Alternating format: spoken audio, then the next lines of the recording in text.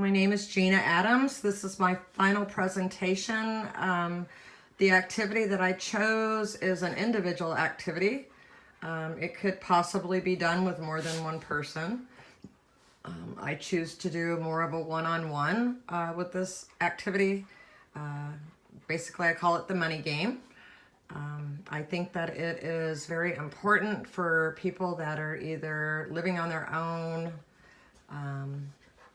or even in group homes or waiver homes, that they know how to go to the store and pay for their purchases. They know the value of money, and that they know what amount they should be getting back as change. I feel that's very important.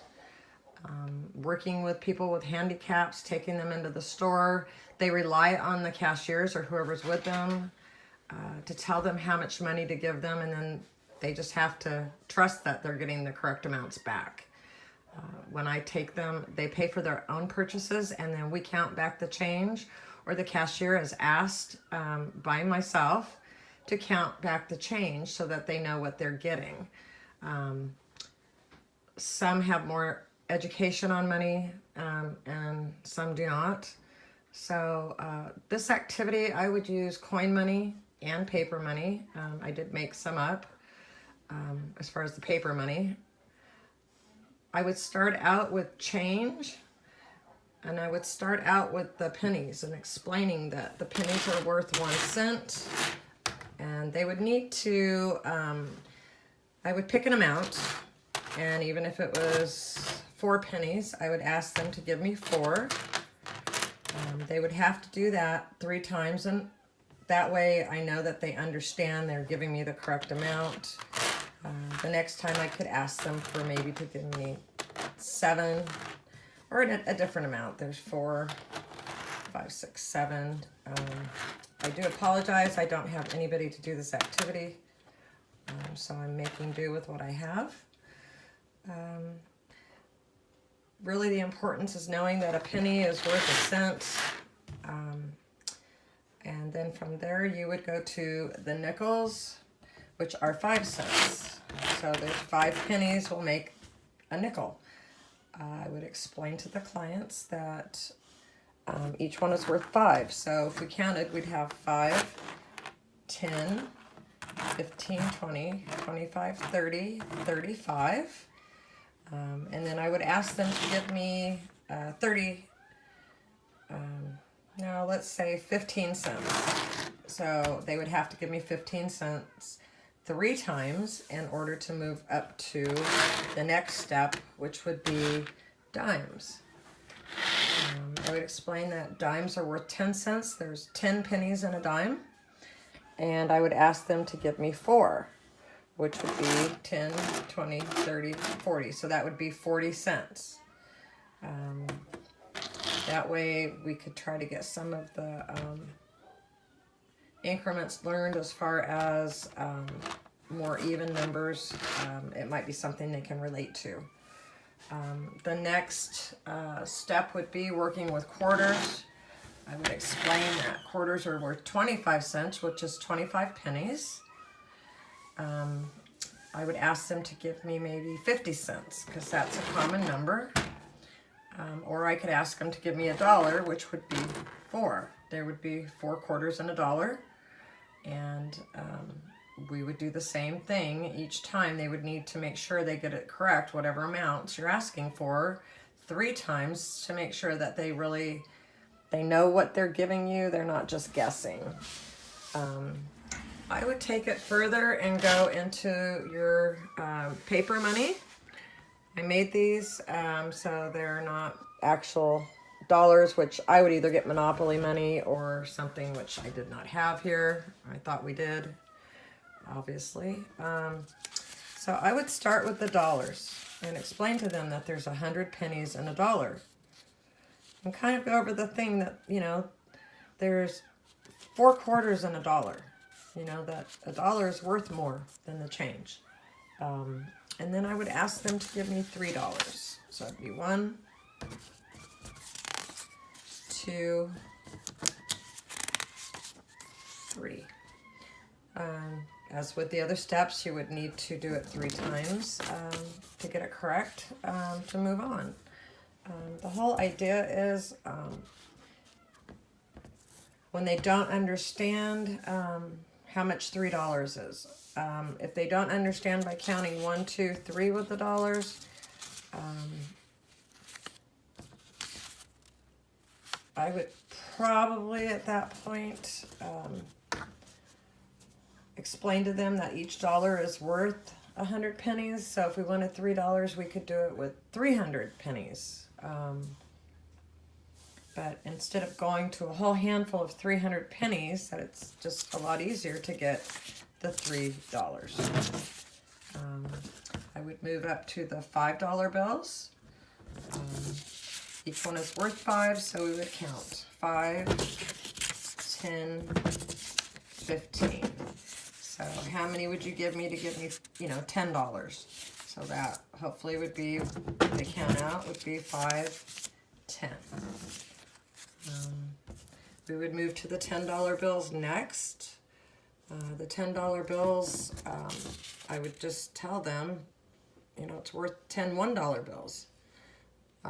We could either do 10 $1 bills or we could do a $10 bill. So we would count out maybe $20, which would be 10, 20. After doing that, we would go to the $20 bills. I would explain there's $21 bills and 20. And then we would count, I would ask probably for 40. So that would be 20, 40.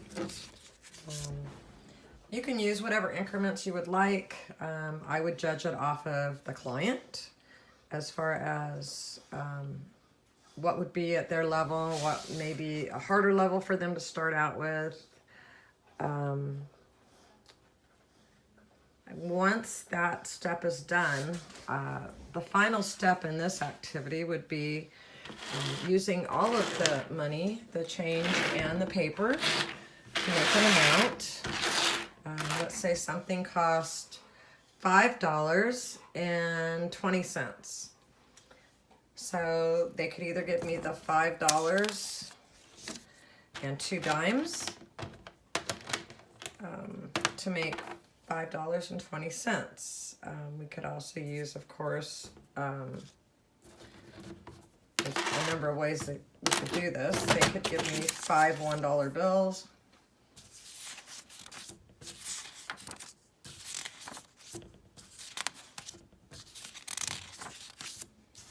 And they could give me 20 pennies.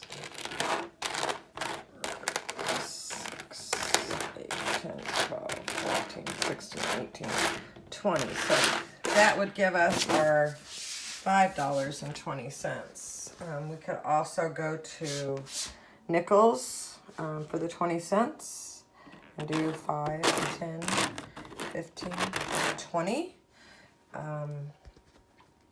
So like I said, there's a number of ways that you could combine. This activity could also be enhanced. I think the next step that I personally would do for this program would be to start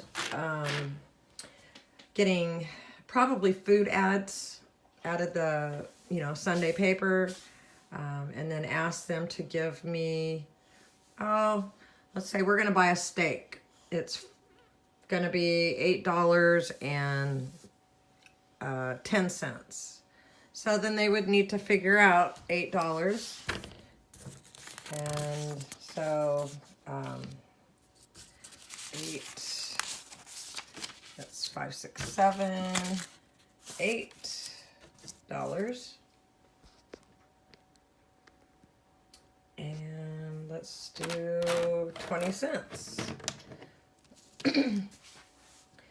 So, I mean, there's a way to expand on the activities. It just depends what the end result is. And I think for everyone, pretty much the end result is going to be for activities of daily living, what's going to make it easier for them.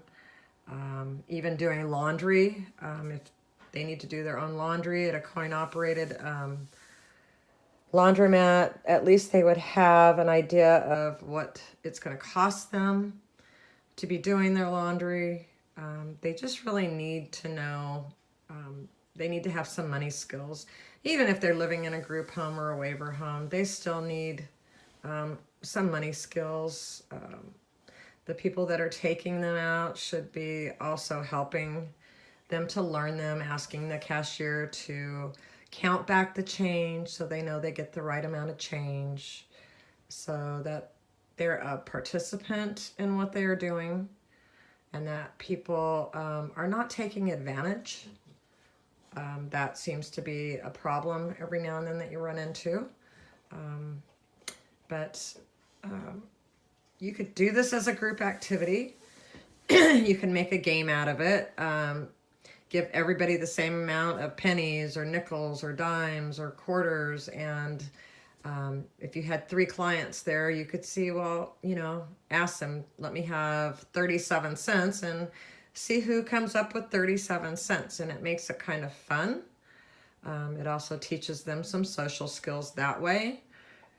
It also helps them, I find that they like to encourage each other, because they'll get their amounts, and if somebody's struggling, they have a tendency to try and help each other, at least in my experience. So it teaches some teamwork as well, which I honestly think is just wonderful to see, where there's not the issues of, I have to win because I have to be better. It seems like they have a tendency to help each other so they all get the right answers.